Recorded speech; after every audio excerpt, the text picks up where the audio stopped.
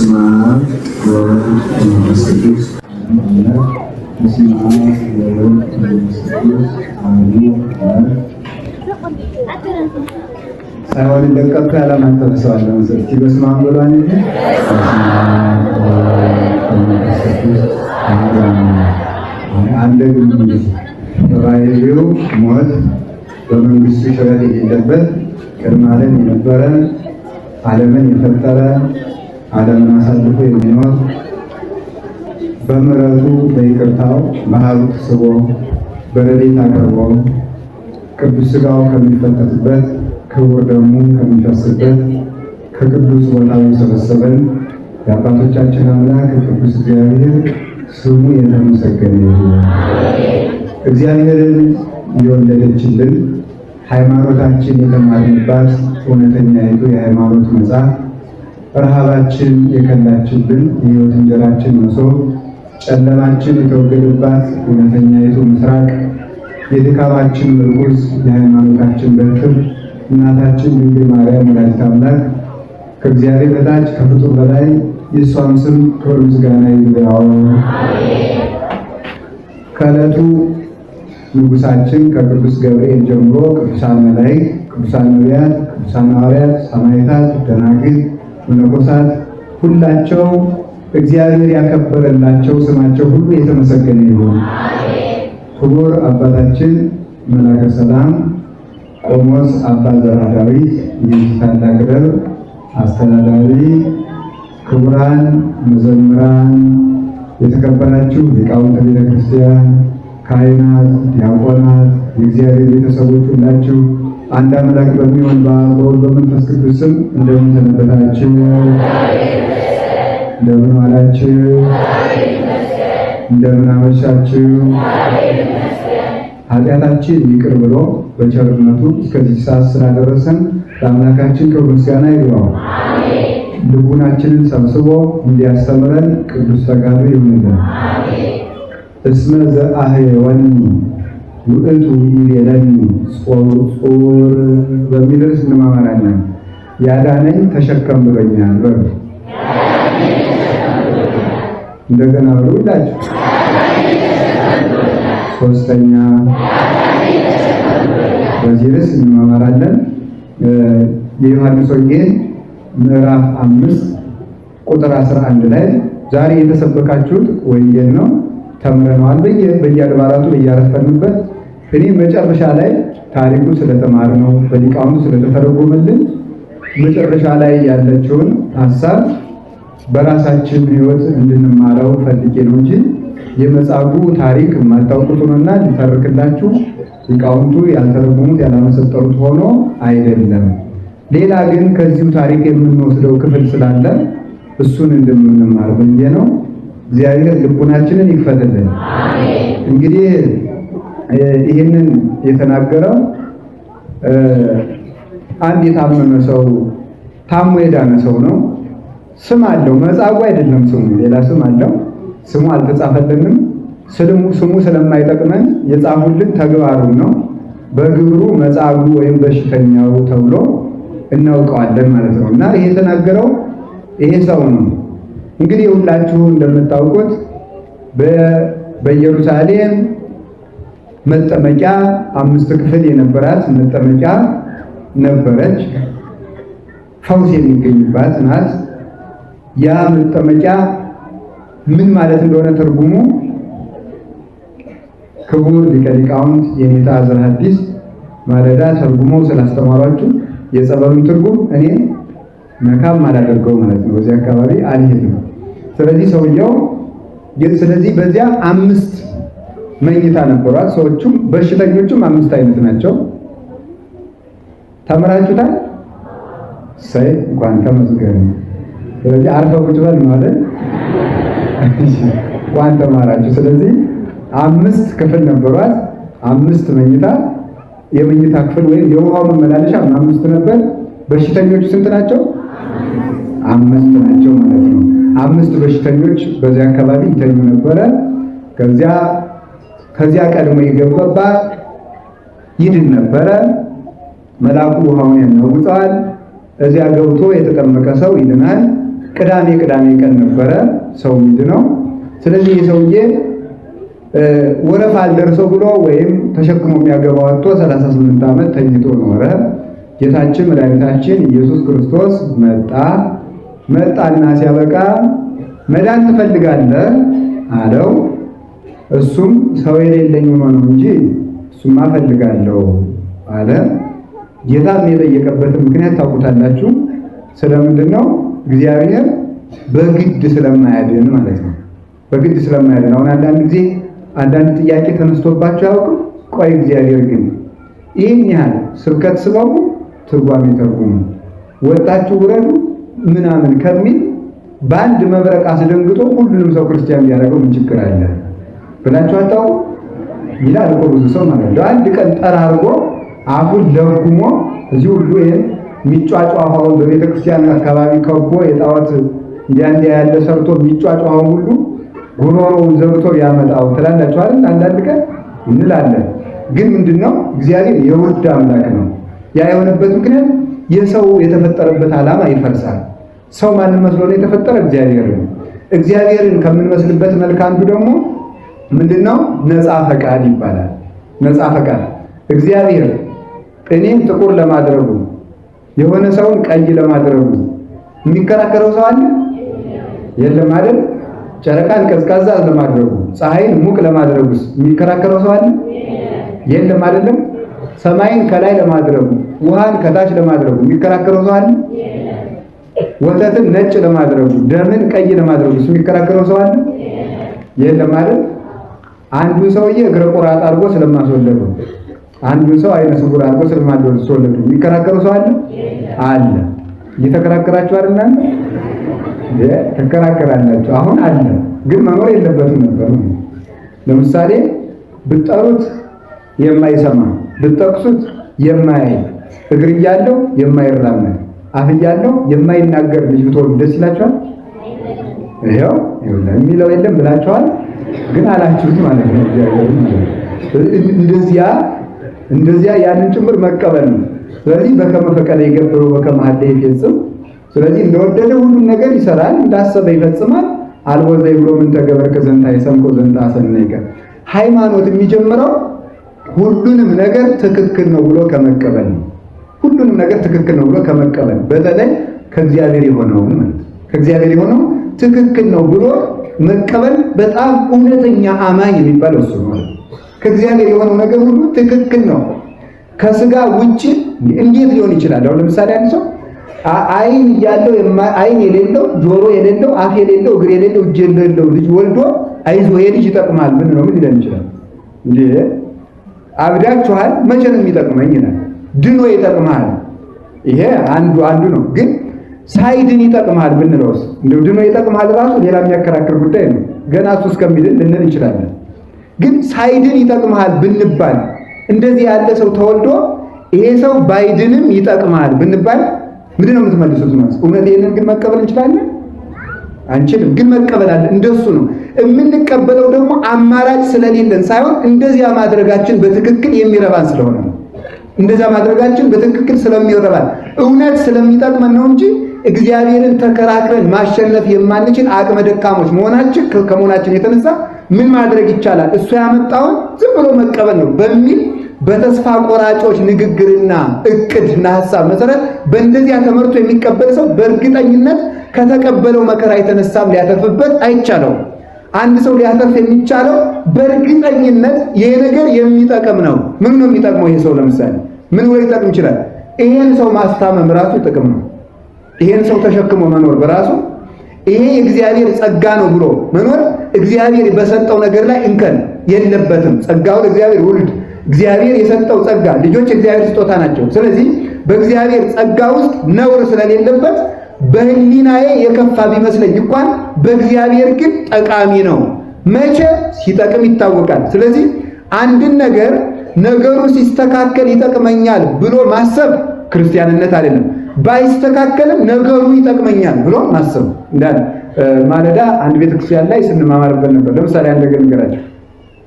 አንድ ለምሳሌ የኔ መምህር አሉ። ለምሳሌ የኔ መምህር አሁን እኔ ሌባ በሆንባቸው ጠቅማቸዋል አልጠቅማቸውም? ሁልጊዜ መስረቅ፣ መጽሐፋቸውን መስረቅ፣ ካባቸውን መስረቅ፣ ቀሚሳቸውን መስረቅ። አሁን ይጠቅማል አይጠቅምም?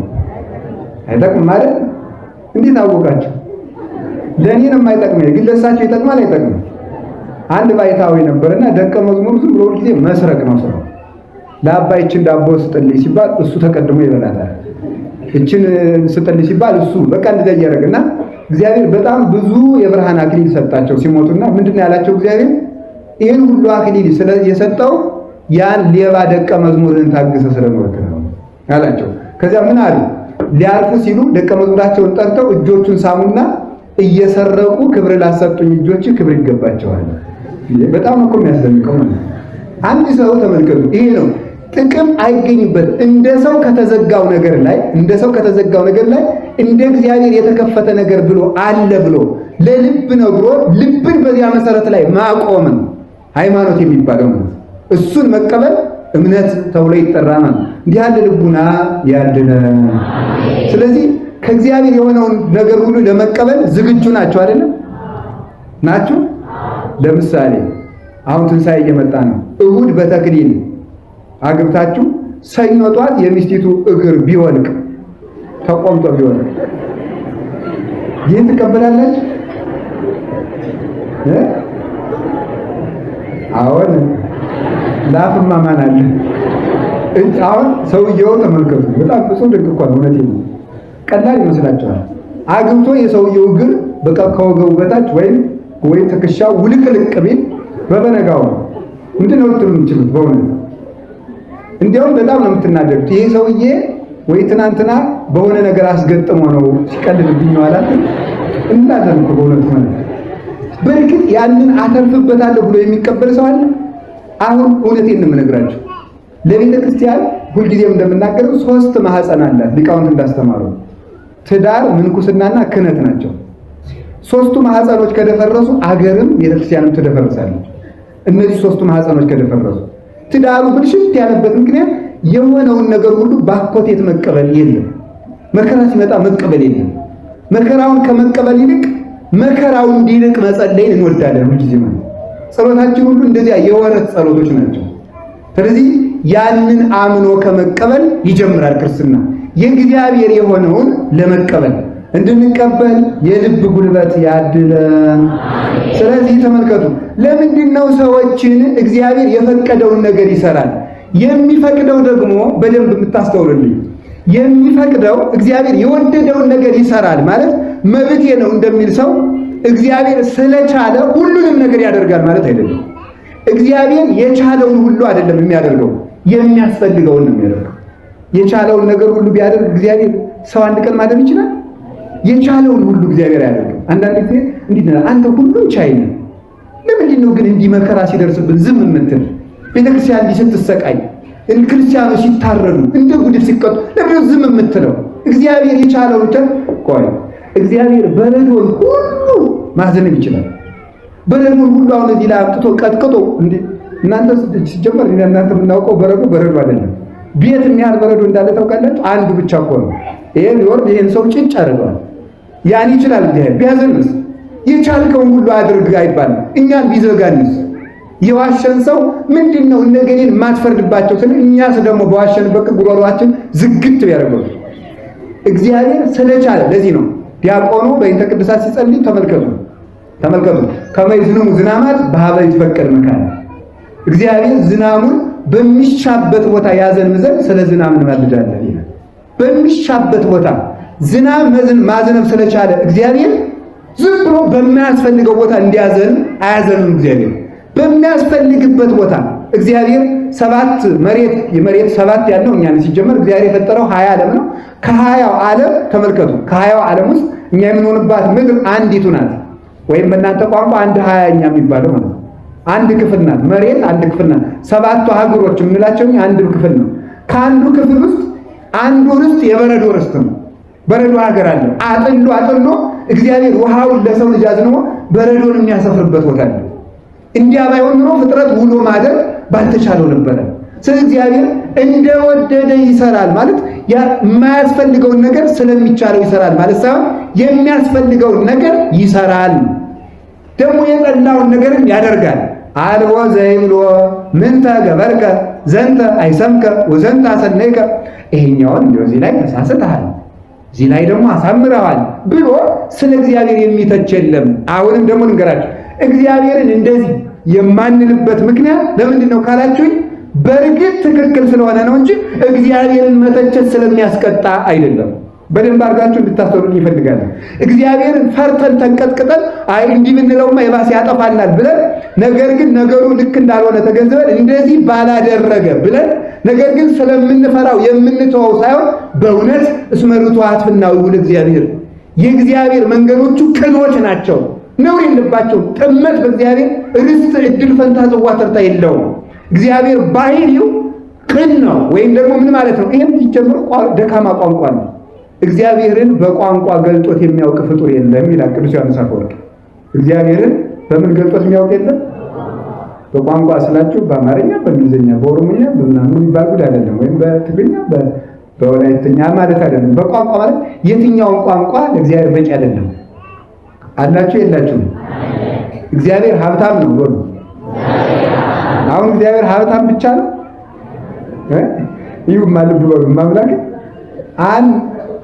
10 መኪና ያለው ሰውዬም ሀብታም፣ እግዚአብሔርም ሀብታም እኩል ወይ ጥጋብ እኮ ነው ለይገሩ። የቋንቋ ልዩነታችን ይሁትን ማዝን ብላችሁ ማለት ቆይ ለምሳሌ ና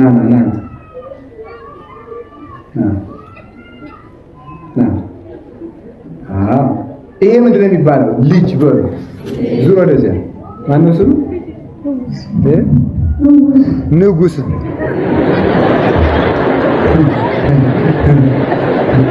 ይሄ ልጅ ማን ነው? እግዚአብሔር ሳ ስለዚህ ይኸውላችሁ ምን ያክል በቃ ምን እግዚአብሔር አሁን ይሄ ልጅም ቆይ ስሙ ይሄ ልጅም ንጉስ፣ አፄ ኃይለ ሥላሴም ንጉስ፣ አፄ ምኒልክም ንጉስ፣ እግዚአብሔርም ንጉስ። በጣም ምን ፍጡር ምን ያህል አቅም እንደሌለው አስተውሉ። አሁን ሌላ ነገር ስንነግራችሁ ነው ስለ ልጅ። ይሄ ምንድን ነው? ልጅ በሉ። ክርስቶስ ከድንግል ስለተወለደስ ምንድን ነው የሚባለው? ልጅ። ከአብ ስለተወለደስ ምንድን ነው የሚባለው? ልጅ። ስለዚህ ተምን ቋንቋዎች ሁሉ ደግልኝ አምላከ ቅዱሳን ለክብር ያብቃ ቁጭ በሉ። ስለዚህ የእግዚአብሔር ቤተሰቦች ሁላችንም ማሰብ የሚገባል እኛ እንደምናውቀው ነው የሚነገረው። እግዚአብሔር ሀብታም ነው፣ እግዚአብሔር ፈራጅ ነው፣ ፈራጅ ፍርድ ቤቱን ፈራጅ፣ እግዚአብሔርን ፈራጅ። ሁሉም ነገር ተመልከቱ።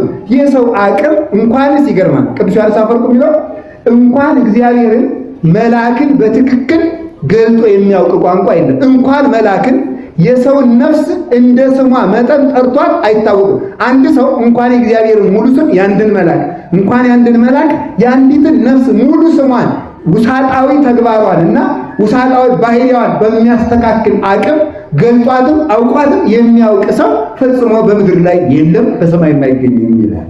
ከቃሉ ጋር ናችሁ ይሆን? ስለዚህ እግዚአብሔር ተመልከቱ የወደደውን ይሰራል ባል ጊዜ ስለሚያስፈልግ እግዚአብሔር ምንም ጥመት የሌለበት ንጹሃት ተመልከቱ። እንደው ሊቃውንት ቢጨንቃቸው ይህ ተመልከቱ ሰው እንደ ነጭ ጨርቅ ነው ይባላል። አሁን ይሄ ነጭ ወረቀት ነው። ይሄ ነጭ ወረቀት ነው። ቀይ ቀለም ብቀባው ይቀበላል፣ ጥቁር ቀለም ብቀባው ይቀበላል፣ አረንጓዴስ ቢጫስ በቃ መቀጠል ነው እንግዲህ ይቀበላል አይደለም? አዎ ሰው እንደዚህ ነው ይላል። ጻድቅ ሲያገኝ ይጸድቃል አይደል? ኃጢአተኛ ሲያገኝ ለምሳሌ እናንተ አሁን እዚህ ቅድም መዘምራን ሲዘምሩ ሁላችሁም ጻድቅ ሲሸቱ ነበር ሲዘምሩ።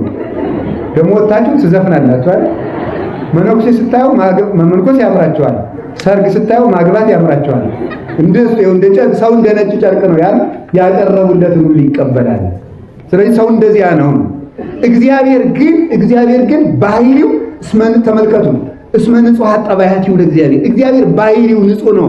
አሁን በደንብ ይሄንን ምልበት ምክንያት አለ ይነግራችኋለሁ በኋላ። ባህሪው ንጹህ ነው ማለት ውሃ ከመቀዝቀዝ በቀር እሳትነት እንደማይመቸው እሳት ከማቃጠል በቀር ተመልከቱ በሊቃውንት ቋንቋ ለእሳት ባህሪ ውኤት እንጂ ቁረት እንደማይስማማው፣ ለውሃ ባህሪ ቁረት እንጂ ውኤት እንደማይስማማው፣ እሳት መፋጀት እንጂ ቅዝቃዜ እንደማይስማማው፣ ውሃ ማቀዝቀዝ እንጂ መፋጀት እንደማይስማማው ለእግዚአብሔር ባህሪ ጽድቅ እንጂ ኃጢአት አይስማማው። ፈጽሞ ባህሪው ንጹህ ነው። ስለዚህ ምን ማለት ነው? እግዚአብሔር ባህሪው ንጹህ ስለሆነ ማድረግ ስለማንችል የባስ ብንነካ የእሱን ሐሳብ ብንነካ ያጠፋናል ብለን ሳይሆን የእግዚአብሔር ነገር ለሕሊናችን የከበደና የከፋ የተጣመመ ቢመስለን እንኳን በእርግጥ ትክክል ስለሆነ አመስግነን እንቀበላለን። አቅመቢስ ስለሆነ ከሱ ጋር ተከራክሮ ማን ይዘልቃል ብለን እንደምንፈራው ሽፍታ ደንግጠን ሳይሆን በእርግጥ እግዚአብሔር እውነት ስለሆነ ነው። እግዚአብሔር እውነት ነው በሉ። እግዚአብሔር ምንድን ነው? ስለዚህ እግዚአብሔር ዝናብ ሲያመጣ እውነት ነው በሉ። ልክ ነው በሉ። ድርቅ ሲያመጣ እግዚአብሔር ሰላም ሲያመጣ እግዚአብሔር እንድንሞትም ሲያደርግ አቤት እግዚአብሔር ክፉ ሰዎች ሲያባርሩን እንድናመልጥ ሲያደርግ አቤት እግዚአብሔር ክፉ ሰዎች እጅና እግራችን እንዲቆራረጡን ሲያደርግ እስቲ እናያለን። እንግዲህ እስኪ ወደፊት እናያለን። እግዚአብሔር ያጽናን። የእግዚአብሔር አሁን ተመልከቱ። የእግዚአብሔር ሰዎች የእግዚአብሔር ከሆናችሁ አሁን ይውላችሁ ለጀማሪ ክርስቲያን የሚሰበከው እግዚአብሔር ያበላል፣ እግዚአብሔር ያጠጣል፣ እግዚአብሔር በአምስት እንጀራ ብዙ ሰው አጥግቧል ነው። ቀስ ቀስ ተብሎ ነው። ስታውቁት ደግሞ ቀረብ ስትሉ መከራ ይነገራል ማለት ነው። እንግዲህ እስከ ዛሬ እግዚአብሔር ያበላል ብያችኋለሁ አይደል? አሁን ደግሞ የምለው ደግሞ እግዚአብሔር ያስርባል፣ እግዚአብሔር ያስፈታል ብቻ ሳይሆን እግዚአብሔር ያሳስራል፣ እግዚአብሔር እንድንሰደድም ያደርጋል። የሚጠቅመን ከሆነ የሚጠቅመን ትልቁ ነገር እግዚአብሔር የማይጠቅም ጸጋ እንደማይሰጥ የማይጠቅም መከራ ያመጣል። በዚህ እርግጠኞች ነው።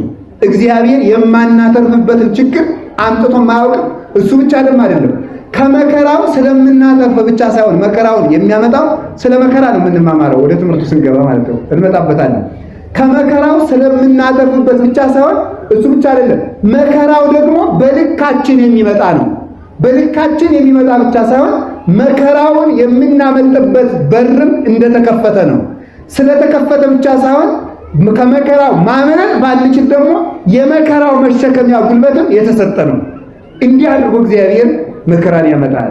ስለዚህ እግዚአብሔር ስራው በኃይሉ ትክክል እንደሆነ የወደደው እንደሚሰራ ሰው እግዚአብሔርን ይመስላል የተባለበት ምክንያት የወደደውን በመስራቱ ነው። እስቲ የወደደውን በመስራቱ ነው። ምን አላችሁ? ስለዚህ አሁን እግዚአብሔር ቆይ ግን እግዚአብሔር ሰው ሲኦል እንዲገባ የሚፈልግ ለምንድን ነው ተብሎ ይጠየቃል። አንዳንድ ጊዜ ማለት እንደው ምንድነው ነው እሱ ግን አሁን ሲኦል እንደምንገባ ግን አያውቅም ይላል። አንዳንድ ጊዜ ያውቃል። ካወቀ ለምን እንድንገባ ያደርጋል ይላል። ተመልከቱ። ነፃ ፈቃድ ስለሰጠ ነው። ነፃ ፈቃድ ስለሰጠ እሱን ስላስመሰለ እሱ ሲገልም ሲያድንም ሲገልም ልገልም እንደሚቻለው ሊያድንም እንደሚቻለው እሳትን ማምጣት እንደሚቻለው በረዶን ማምጣት እንደሚቻለው አንተም ሲኦል ይሻለኛል ካልክም ሲኦልን፣ ገነት ይሻለኛል ካልክም ገነትን እንድትመርጥ በማድረጉ እግዚአብሔር ነፃ ፈቃድ ነው። አንድ ጥያቄ እስኪ አንድ ሐሳብ ልንገራችሁ። እግዚአብሔር ኃጢአት ሲሰራ ለኖረ ሰው ሲኦልን በመስጠቱ ሰውየውን ነፃ ፈቃድ መብቱን ጠብቆለታል አልጠበቀለትም? አቤት በጣም ጎበዝ ሊቃውንት ናችሁ ማለት ነው። ለምን መሰላችሁ? ሰውየው አንድ ሰው ኃጢአት ሲሰራ መውረስ የምፈልግ ሲኦልን ነው ማለት ነው። ሲኦልን ነው። ስለዚህ እግዚአብሔር ደግሞ ፍላጎቱን ሊያከብርለት ይገባል። ስለሚያከብርለትም ኃጢአት ለሰራ ሰው ገነትን አይሰጥም። እንዴ ምርጫውን ሊያከብርለት ስለሚገባ እና እንዲያውም ቅዱስ ዮሐንስ አፈወርቅ ምንድነው የሚለው? ለበደለኛ ሰው ሲኦልን በመስጠቱ እግዚአብሔር ምን ያህል ቸር ነው ይላል። ለምን አክብሮለታል የመረጠው ማለት ነው። ስለዚህ ሰው ነፃ ፈቃድ አለው። ነፃ ፈቃድ ስላለው እግዚአብሔር ሰዎችን አስገድዶ አያጸድቅም። አንድ ክርስቲያን ቢቀር እንኳን ሃይማኖትን በጉልበት እግዚአብሔር ሊያስፋፋ አይችልም። ሁሉ ክዶ አንዱ ቢቀር ለምን? እግዚአብሔር በአምሳሉ ስለፈጠረን ያቺ ቃል ኪዳን እግዚአብሔር የወደደውን መምረጥ እንደሚችል ሰው የወደደውን መምረጥ መቻሉ አንዱ እግዚአብሔርን የምንመስልበት መልክ ስለሆነ፣ ስለዚህ ሄደና መጽሐፉን ምን አለው? መዳን ትፈልጋለህ? እስኪ በሉላችሁ። ፈቃዱን አከበረለት አለ። እሱማ አዎ፣ ግን ሰው የለኝም። እስኪ በሉ እሱማ አዎ። መዳን ትፈልጋላችሁ? አቤት ከሱ መዳን ትፈልጋላችሁ? ግን ሰው የለኝም በሉ ደግሞ። አይ ትክክል አይደል። ሰው የለኝም አይባልም። ተመልከቱ፣ አያችሁ፣ በሰው ብዛት የሚያምን ሰው ክርስቲያን አይደለም። መጽሐፉ ክርስቶስ 5000 ሰው ሲከተል ስላየው ከነዚህ ደናደኖችን መርጦ ይሄን ሰው ተሸከምቱ ብሎ በሰው ያድነኛል ብሎ ነው ያሰበው። ነገም ደጋግሜ እነግራችኋለሁ፣ እግዚአብሔር ሰዎችን በሰው ሊያድነን ይችላል ብለን የምታስቡበት ነው። የሚያድነን ራሱ ነው። እግዚአብሔር ከቤቱ ሰው ስለጠፋ አንዳንድ ጊዜ እንዲህ እንላለን፣ ቆይ ግን አሁን ለኛ የሚሆነን ሰው እንደው ቤተ መንግስት አካባቢ አለ ይላል አንዳንድ ሰው። ለኛ የሚሆኑ ሰዎች እንደው ባለጸጎች አሉ እስቲ እንቁጠር ይላል። ዩኒቨርሲቲ እንትና አሉ አይደለም። እግዚአብሔር የሱ ያልሆኑት ሰዎች ለማጥፋት የግድ ከሱ ሰዎች ማስነሳት አይገባም። ራሳቸውን በራሳቸው ማጥፋት ይችላል። ባቢሎናውያንን ናቡከደነጾርን ለማጥፋት እነ ዳንኤልን ጦርነት ነግጦ አይደለም ያላቸው። አይደለም ምን ነው ያላቸው ታዲያ ካላችሁ ያለው እንዴት ነው ያደረገው? ናቡከደነጾር በብልጣሶር ተተካ፣ ብልጣሶር በቂሮስ፣ ቂሮስ በዳሪዮስ፣ ዳሪዮስ በእስክንድር ጠፋ፣ እስክንድርም ሞተ ማለት ነው። እግዚአብሔር ከቤት ጠላት አስነስቶ ራሳቸውን በራሳቸው ይፈጃቸዋል። ድመት ልጇን እንደምትበላት የእፉኝት ልጆች እናት አባታቸውን በልተው እንደሚገሉ ሃይማኖት የሌላቸው ሰዎች እንደ እፉኝት ናቸው። እፉኝት በጣም የሚገርማችሁ ነው። እፉኝት ስትጸንስ በመጽሐፍ እንደተማርነው በምትጸንስበት ጊዜ ምን ታደርጋለች? ባልየው ይሞታል። የእባብ ዝርያ ናት። በሙት ባህር ዳርቻዎች አካባቢ የምትገኝ የእባብ ዝርያ ናት ይላሉ ሊቃውንቱ። እንደውም በዚህ ዘመን ተማርን የሚሉ እንደው አልፎ በዚያ እንደ እንግሊዘኛ ቆጠር ያሉት አይ ተረት ነው የሚያወጉ እንጂ እንደዚህ የሚባል እንስሳ የለም፣ ይሄ አንድምታው ተረት ነው ይላሉ። ግን በየትኛውም ጥናት ማድረግ ትችላላችሁ። የምትገኝም በሙት ባህር ዳርቻዎች አካባቢ ትገኛለች። እቺ የእባብ ዝርያ ስትጸንስ ባልየው ይሞታል ወንዱ። ከዛ ስትጸንስ ደግሞ ስትወልድ ደግሞ ምን ያደርጋሉ? በምትወልድበት ጊዜ ማህፀኗ ጠባብ በመሆኑ ልጆቹ መውጣት አይችሉምና የእናታቸውን ሆድ ገጥ ቀደው ይወለዳሉ። ከዚያ ምን ያደርጋሉ? ተመልከቱ። እነዚህ እፉኝቶች ሲጸነሱ አባታቸውን፣ ሲወለዱ እናታቸውን ገለው ይወለዳሉ። እፉኝት በእፉኝት ይጠፋል። እስኪ በሉላችሁ፣ እፉኝት በምን ይጠፋል? እፉኝት በእፉኝት ይጠፋል። እፉኝት ማለት እባብ ነው። እባብ ማለት ደንቆሮ ነው። እባብ ጆሮዋ ደንቆሮ ነው እና የሚገርማችሁ ቢመክሯት ቢማከሩባት አሰማም። እንዲያውም ደግሞ ይባስ ነው ደንቆሮ ጆሮዋ በላይ ጅራቷን ሰውነቷን ታጥፍና ጅራቷን ጆሮዋ ከነበረበት ላይ ታደርገዋል። ጆሮዋ ተደፍኗል። ከዚያ በኋላ ምን ታደርጋለች መሰላችሁ? ወከወከ ማሩ የምድር ጽምም ትዘንያ ይላል ቅዱስ ዳዊት። ጆሮዋ እንደነቆረች እባብ ናቸው አሕዛብ ይላል። ትጠቀልና ወገቧን ጅራቷን አምጥታ ጆሮዋ ከነበረበት ላይ ጆሮዋ ተደፍኗል። እግዚአብሔር እባብን ሲረግማት እግሯን አሳጥቷታል፣ ጆሮዋን ደፍኖባታል፣ አፈር ላይ ብሏታል። ሶስቱን ነገሮች ነው እርግማን የደረሰባት። ሰው ከእግዚአብሔር ሲለይ አፈር ብላ እንደተባለ ሟች ይሆናል፣ ምድራዊ ይሆናል። እግሩ ሽባ እንዲሆንበት ወደ ሰማይ ማሰብ የሚችልበት እግረ ልቡና አይኖረውም። ጆሮ እንደደነቆረ ጆሮዋ እንደተደፈነ ሰው መዳኛውን አይሰማም፣ የሚጠቅመውን አይሰማም፣ ከእግዚአብሔር ረድኤት ሲለይ ማለት ነው። ከዛ ይህች እባብ የሚገርማችሁ የዚህች እባብ ዝርያ መርዟ ያለ አንደኛ ከጭንቅላቷ ነው፣ ሁለተኛ ከጅራቷ ነው። ከዚያ በኋላ ጅራቷን ወስዳ ከጆሮዋ ላይ በማስቀመጧ መዝሙር 59 ላይ መመልከት ትችላላችሁ። ጅራቷን ወስዳ ከጆሮዋ ላይ በማስቀመጧ የጅራቷ ጫፍ ፀሐይ ሲመታው ይቀልጥና ጆሮዋ በነበረበት ትንንሽ የላበት መውጫ ቀዳዳዎች ይገባና የራሷ መርዝ እባቢቱን ይገላታል ማለት። እፉኝት በእፉኝት ይጠፋል፣ እባብ በእባብ ይጠፋል። ሰው የሚጠበቅበት ርግብ መሆን ነው። እግዚአብሔር ርግብ እንድንሆን ይርዳን። የእባብን ብልሃቱን ደግሞ ፈጽሞ መድኃኔዓለም ያድለን። ስለዚህ እግዚአብሔር ሰው የለኝም ብለን እንደ መጻጉዕ በዚህ ዘመን መከራው እንዲርቅ እንፈልጋለን። ግን ሰው የለኝም ሳይሆን አዎ አንተ አቡነ ወአንተ እምነ፣ አንተ አባታችን፣ አንተ እናታችን፣ አንተ ልታድነን፣ አንተ ልታጠፋን ትችላለህ ብለን ወደ እግዚአብሔር ማመልከት ነው። አምላከ ቅዱሳን ልመናችንን ይስማል። ያዋላ እንግዲህ መጻጉዕን በአልጋህን ተሸከም አለው። አያችሁ የላይኛውን ታሪክ ትቻለሁ። ጸበሉ ሁሉ አልጋህን ተሸከም አለው። አልጋው ሊቃውንት እንደሚያስተምሩት በአጭር ቃል ለምን አልጋህን ተሸከም ሲለው አልጋው የብረት አልጋ ነበረ። ስለዚህ ተመልከቱ 38 ዓመት የተኛ ሰው እንኳን አልጋ ሊሸከም ራሱ መቆም አይችልም። ክርስቶስ ሲል ግን የ38 ዓመት በሽተኛ የብረት አልጋ ይሸከማል። ከእግዚአብሔር የወጣ ሰው ደግሞ በጠጠር ይሞታል እንደ ጎልያድ ያለ። እግዚአብሔር ሲል ግን የ38 ዓመት ደካማ የብረት አልጋ ይሸከማልና ተሸከማል። አልጋውን ተሸከመ። ሲሸከም ይሄ ነው ርዕሳችን። አይሁድ ሄዱና ምን እንዳሉ ሰምታችኋል? ሰንበት ነውና እይደለወከ ትጹር አራተከ፣ ሰንበት ስለሆነ አልጋ ልትሸከም አይገባም አሉት። ሰንበት ነው።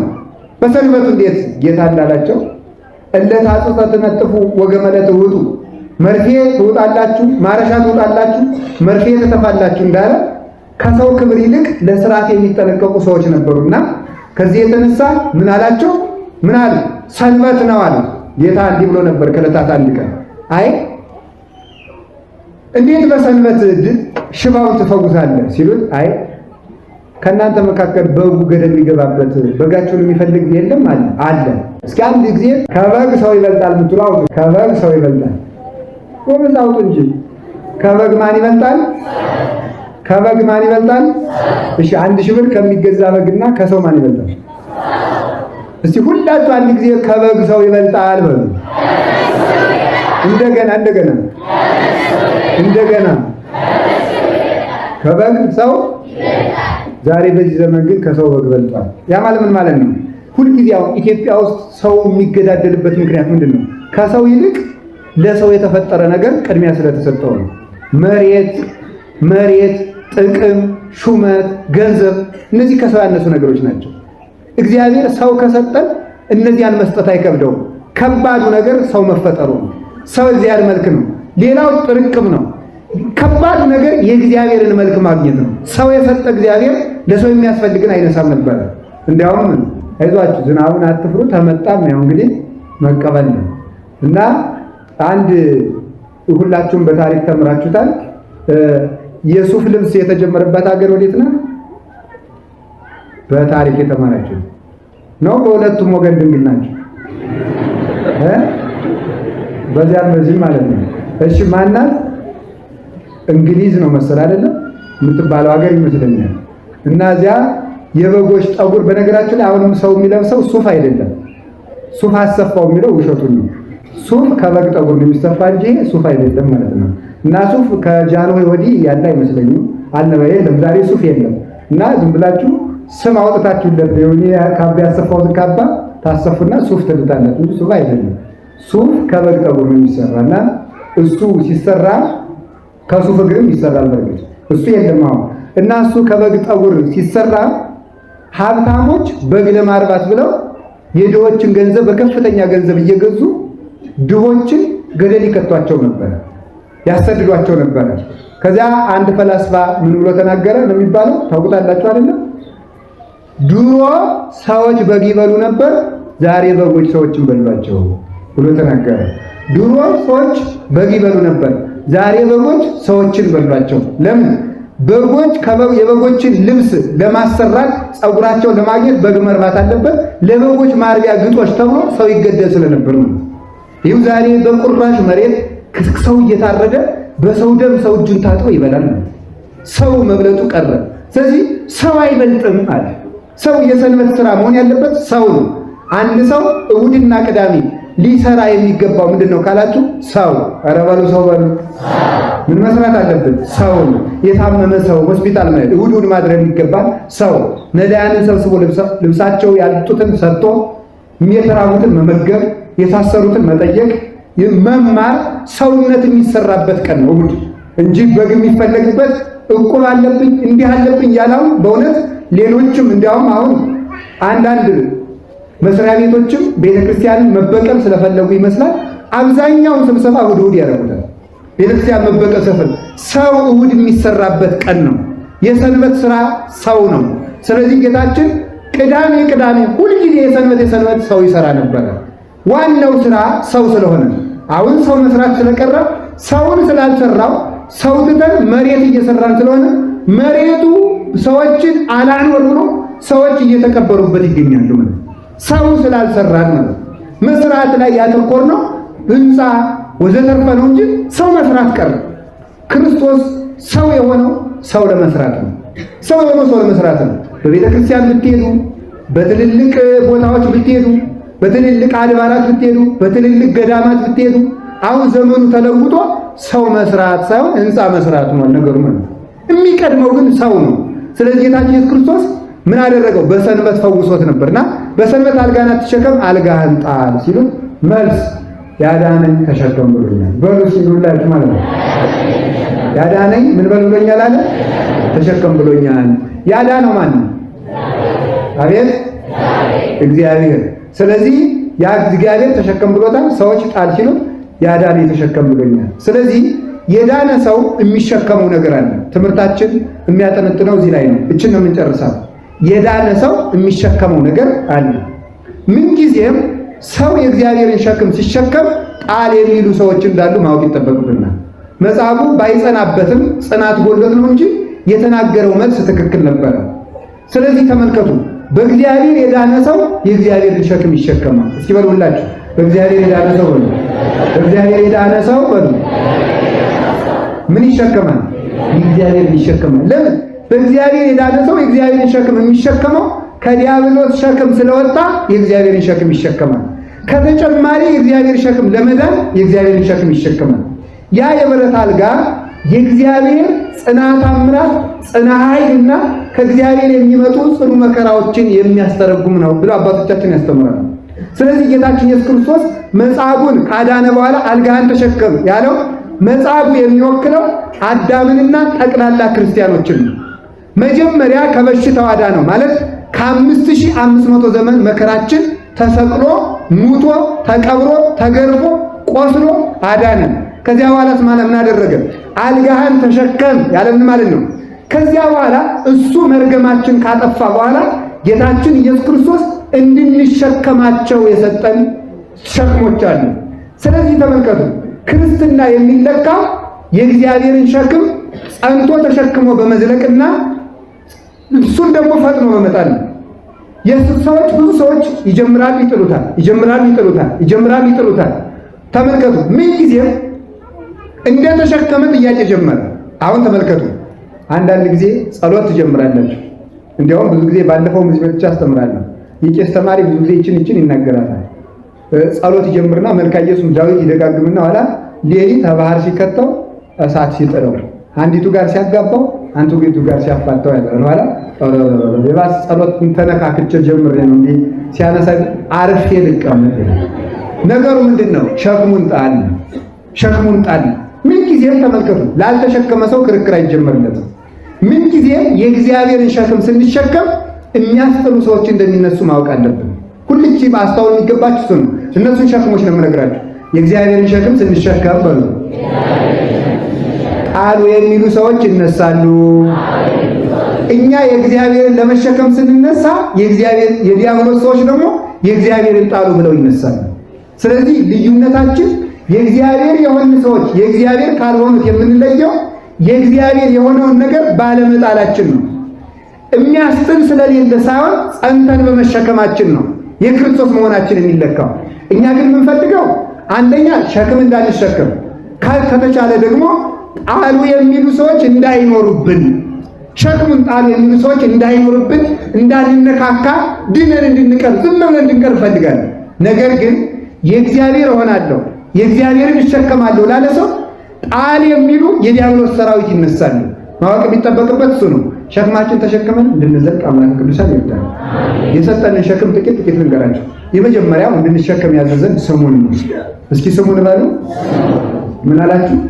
ስሙን እንድንሸከም ከመትጹር ስሜ ተመልከቱ በውስተ አሕዛብ እግዚአብሔር ቅዱስ ጳውሎስን ከመይጹር ስሜ በውስተ አሕዛብ ለራሱም ስሜን በአሕዛብ መካከል እንድትሸከም አዝሃለሁ ብሎታል። ለሐናንያ ነቢዩም ሲናገር እኔ ጳውሎስን ስሜን በአሕዛብ መካከል እንዲሸከም አመለከተዋለሁና እሱን ተቀበለው ብሎ እንደተናገረ የሰው ልጅ ክርስቲያን በመሆናችን መጀመሪያ የምንሸከመው የክርስቶስ ስም ነው። የክርስቶስ ስም ምንድን ነው የሚባለው? እሱ የክርስቶስ ስም ዘይት ነው። እፍረት ዘተሰውጠ ስምከ እንዳለ መኃልየ ሰሎሞን ምዕራፍ 1 ቁጥር 1 ጀምሮ እንደተነገረ የክርስቶስ ስም ዘይት ነው። የክርስቲያኖች ስም እንደ ብረት ይሆንና የክርስቶስ ስም በላያቸው ላይ ሲፈስባቸው ያን ጊዜ የኃጢአታቸው የድንቁርናቸው ዝገትና የሞት ዝገት ረግፎ ተወልሎ ይለቅላቸዋል ማለት ነው። ስለዚህ የክርስቶስን ስም መሸከም የመጀመሪያው ስም ነው። ስሜን ተሸከሙ። አሁን ብዙ ጊዜ የሌላ እምነት ድርጅቶች ያነሳሉ። እኛ ክርስቲያን የማንሆንበት ምክንያት ክርስቲያን የሚለው ስም አንጾኪያ የሚባል ቦታ ላይ ስለወጣ ሰዎች ባወጡት ስም መጠራት ስለማንፈልግ፣ ስለዚህ ክርስቲያን የተባሉ ሰዎች ክርስቲያን የሆኑት ቆይተው ስለሆነ በዚህ ምክንያት ክርስቲያን አንሆንም ይላሉ። እንዲሁም አንዳንዶችማ እንደዚህ ነው የሚሉ፣ እናንተ እኮ ኋላ ማተብ አስራችሁለት ነው እንጂ ክርስቲያን የሆነው ይላሉ። ሰው ሲወለድ ሌላ ነው ይላሉ። ስም አንጠራ። እግዚአብሔር ፍጥረቱን እንድናስቀምጥለት ስለፈለገ ነው። ስለዚህ ተመልከቱ። ሰው ግን በደንብ አስተውሉ። ሰው ማተብ ስላሰርንለት ቀድሞ ሌላ እምነት ነው ስላሰርንለት ሳይሆን ክርስቲያን ሰው በቁሙ ክርስቲያን ነው። እስኪ አንድ ጊዜ እጃችሁን ዘርጉት። ወደዚህ እንደዚህ ነው መዘርጋት ማለት ታውቁ። ስትዘርጉ አሁን ከራሳችሁ እስከ እግራችሁ ቋሚ፣ ግራ እጃችሁና ቀኛችሁ አግዳሚ ምን ሆናችሁ እናንተ? አቤት መስቀል። ስለዚህ ሰው ሲፈጠር ጀምሮ በማን አምኖ ነው? በባንዲያ ነው የተፈጠረው፣ በመስቀል አምኖ ነው የተፈጠረው ማለት ነው። አንገቴ አሁን እኔ አንገቴ ብቆረጥ በመስቀል ማመን አይቀርም። ይሄ የተቆመጠው ራሱ መስቀል ይላል ራሱ። እሱ ብቻ አይደለም፣ እኔ ደስ የሚለኝ አንድ ነገር አለ ማምላክ ነው። ክርስቲያኖች ታርደው አልቀው ራሱ ያላመኑ ሰዎች መስቀሉ ነው ይታያል። ራሳቸው መስቀል ይሰብካሉ ባይወዱት። መስቀል አልወድም ምን እንግዲህ እጄን ቆረጡልኝ፣ ቀኘንም ቆረጡኝ፣ አንገቴንም ቆረጡኝ ማለት አይችልም። ባይወደው መስቀልን በቁመቱ ይሰብከዋል። ባያምነውም ቢያንገሸግሸው መስቀልን አታሳይ ቢል መስቀሉ የተተከለበትን ቤተክርስቲያን አቃጥሎ የክርስቲያኖችን አንገት ቆምጦ ስለጣለው ራሱ ላይ መስቀል አለ። ሌሊት ሲያቃዥው ያድራል። እዚያ ላይ የራሱ መስቀል አይደለ ለምን አታምንብኝም ይላል። እዚያ በኋላ ደግሞ ይገድላል። ለምን አታምንብኝም ይላል። አሁን ማለት ከመስቀል ማምለጥ አይቻልም። ማንም ሰው ከመስቀል መዳፍ ስር ነው ያለው። ስለዚህ ተመልከቱ፣ አላችሁ የላችሁም? እግዚአብሔር ከሁላችን ጋር ይሁን። ስለዚህ የክርስቶስን ስም እንድንሸከም ተደርገን ቀድሞውኑ የተፈጠርነን ቀድሞ መፈጠራችን ክርስቶስ ሳይወለድ የክርስቶስን ስም እንድንሸከም ተደርገን የተፈጠርነን። ይሄ ስም ቀላል ይመስላችኋል እንዴ? እንዲያው ቅዱስ ዮሐንስ አፈወርቅ መላልሶ ሲናገረው መዝሙረ ዳዊት ሲታረጎም ሰማይና ምድር የታረቁት ኢየሱስ በሚል ስም ነው። እግዚአብሔርና ሰው አንድ ማህበር የሆኑት አማኑኤል በሚል ስም ነው። በሰይጣን የተፈረደበት ክርስቶስ በሚለው ስም ነው። ገነት የተከፈተው መሲህ ክርስቶስ በሚባለው በሊቀ ካህናትነቱ በመስዋዕትነቱ ስም ነው። አጋንንት የተሸነፉት፣ ሲኦል የተበረበረው፣ ሞት የሞተው በዚህ ስም ነው ይላል። እንዲያው ተመልከቱ፣ አስቀድመንም እንደተነጋገር አንድ ቀን ይገርማቸዋል። አጋንንት አባ እንጦንስ ከባቱ ሆኖ ከሚጸልይበት ጅብ፣ ፈረስ፣ አንበሳ፣ ዘንዶ፣ አይጥ፣ ጉርጥ፣ እባብ ሆኖ ተሰብስበው መጡ። አይ እንግዲህ ከክርስቶስ ተፈቅዶላችሁ ከሆነ ሲል ገና ብን ብለው ጠፉ።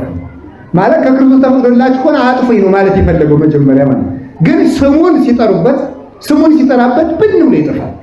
የሚገርማችሁ ነገር አሁን ትልቁ ነገር እግዚአብሔር ይመስገንና በክርስቶስ ስም መጸለይ ስለተው ነው መከራ እየባሰብን ያለው። በክርስቶስ ስም መጸለይ ማለት እግዚኦ መሐረነ ክርስቶስ። እግዚኦ መሐረነ ክርስቶስ ነው ምን ማለት ነው አልኳችሁ? ተኝታችሁ በመኝታዬ ማስባል እንዳለ የመኝታ ጸሎት ጨርሻለሁ ብላችሁ ዝም ብላችሁ እንደ ግንድ መውደቅ የለባችሁ። ተኝታችሁ መኝታችሁ ላይ ሆናችሁ እንቅልፍ እስከምትመጣ ባለችው ቅጽበት እንኳን እግዚኦ መሐረነ ክርስቶስ፣ እግዚኦ መሐረነ ክርስቶስ፣ እግዚኦ መሐረነ ክርስቶስ፣ እግዚኦ መሐረነ ክርስቶስ። ከሰዎች ጋር ለረጅም ወሬ ተቀምጣችሁ ሰዎች እያወሩ እግዚኦ መሐረነ ክርስቶስ፣ እግዚኦ መሐረነ ክርስቶስ። የሚገርማችሁ ክፉ ሰው እዚያ ማዶ ሲመጣ እየመጣውልህ ነው እያለ ሲመጣ ደህና ሰነበታችሁ ብለህ ይላል። እውነት እማምላክ ነው። የኢየሱስ ክርስቶስ ስም ቀላል ይመስላችኋል? እንኳን አንድ ሰው ከመለስሙ ለኢየሱስ ክርስቶስ ይስግድ ሁሉ ብርቅ ሁሉ ዘውስተ ሰማይ ወዘውስተ ምድር ወዘይታይት ያለ ምድር። ለኢየሱስ ክርስቶስ ስም ጉልበት ሁሉ በሰማይና በምድር ያለ ሁሉ ሊንበረከክ ሊንቀጠቀጥ ይገባል። በትክክል የመድኃኒታችን ኢየሱስ ክርስቶስን ስም መሸከም አለብን። በሱም ልናፈር አይገባም።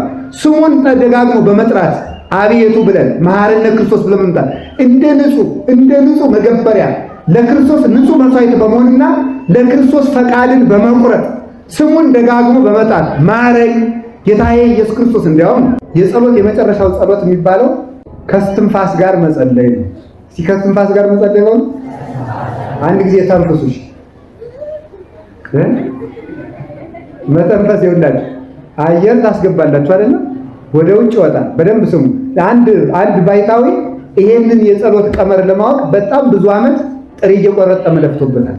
በረሃ ላይ ወድቆ አንተን እንዴት ነው ማስበስል የሚቻለው ሲባል ከስትንፋስ ጋር መጸለይ ማለት ወደ ውስጥ ነፋስ ሲስብ እግዚኦ ይላል። እስቲ እግዚኦ በሉ። ከዛ ደግሞ ሲተነፍስ ምን ይላል? መሐረነ ክርስቶስ። እስኪ መሐረነ ክርስቶስ በሉ። አሁን ተመልከቱ። አሁን አየር ሳቡ በልባችሁ እግዚኦ በሉ። ከዛ አሁን ደግሞ ተንፍሱ መሐረነ ክርስቶስ። በቃ እንደዚህ የሚል ሰው ቢተኛ እንኳን የልብ ምቱ ስለማይቋረጥ ጸሎቱ አይቋረጥበትም። ነፍሱ ትጸልየዋለች ማለት ነው። ልቡ የልብ ምቱ በተመታ ቁጥር እግዚኦ መሐረነ ክርስቶስ፣ እግዚኦ መሐረነ ክርስቶስ፣ እግዚኦ መሐረነ ክርስቶስ። ከሰው መሃል እየተነጋገረ ሁሉ ሰው እግዚኦ መሐረነ ክርስቶስ ብሎ መጸለይ ይቻላል። ስለዚህ የኢየሱስ ክርስቶስን ስም ክርስቲያን የምትለውን ስም ሁልጊዜ ተሸክሞ በመኖር በዚህ ምክንያት በክርስቶስ ስም መከራ አሁን ተመልከቱ። መከራ የተጀመረው ስለምንድን ነው ካላችሁ የክርስቶስን ስም ጣሉ ነው። ተመልከቱ። ጌታዬ ተሸከም ብሎኛል፣ ስለ ስሜ የተጠላችሁ ትሆናላችሁ፣ እናንተን የሚገድል ሁሉ ለእግዚአብሔር መስዋዕት እያቀረበ የሚመስል ዘመን ይመጣል ብሏል። ስሜን ስለተሸከማችሁ ምን ብለን ስለተሸከም ነው? ስሙን መሸከም ማለት ስሙን መቀደስ ነው። ስሙን መቀደስ ማለት እግዚአብሔርን የሚያስመሰግን ስራ መስራት። ስለዚህ ስሙን ተሸክመን ኃይል እናደርጋለን።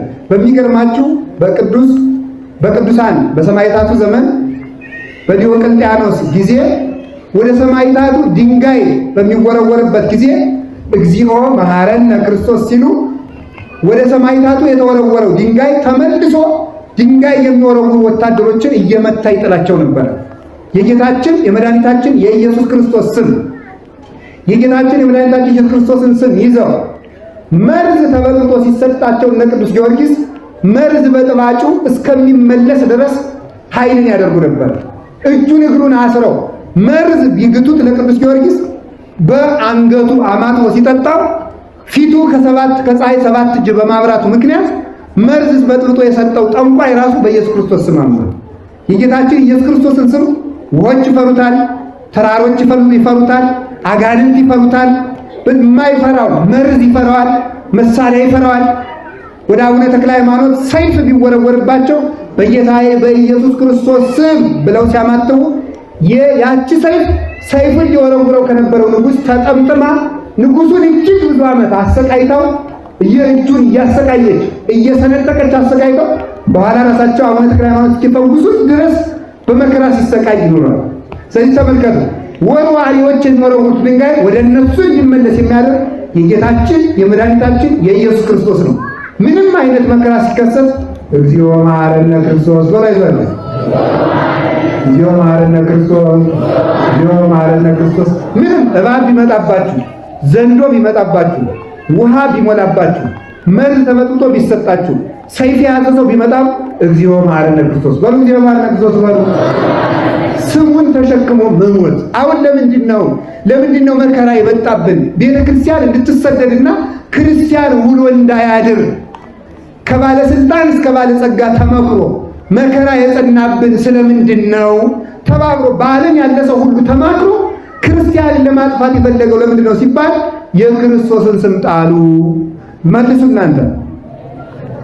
ኧረ መልስ አንጥልም አይደለም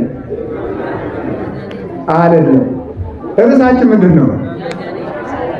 የኢየሱስ ክርስቶስን ስም ጣሉ ብትባሉ መልሳችሁ ምንድን ነው? ያዳነኝ ተሸከም ብሎኛል በሉ እንጂ ሁላችሁ በሉ። ያዳነኝ ተሸከም ብሎኛል በሉ። እሳት እያነደዱ የክርስቶስን ስም ካድ። መልሱ። ሰይፍ ይዘው የክርስቶስን ስም ካድ። ቤትህን አፈርሰዋለሁ የክርስቶስን ስም ካድ። ከስልጣን አባርራለሁ የክርስቶስን ስም ካድ። ያዳነኝ ምን ብሎኛል? እጅህን እቆርጠዋለሁ ስሙን ካድ። በመጋዝ ሰነጥቃለሁ ስሙን ካድ። በመንኮራኩር እፈጭሃለሁ ስሙን ካድ። በእሳት እቀቅልሃለሁ ስሙን ካድ። ያዳነኝ ምን ብሎኛል? ተሸከም ብሎኛል። ስሙን እንድንሸከም አምላከ ቅዱሳን ይርዳን። ክርስቶስ ተብሎ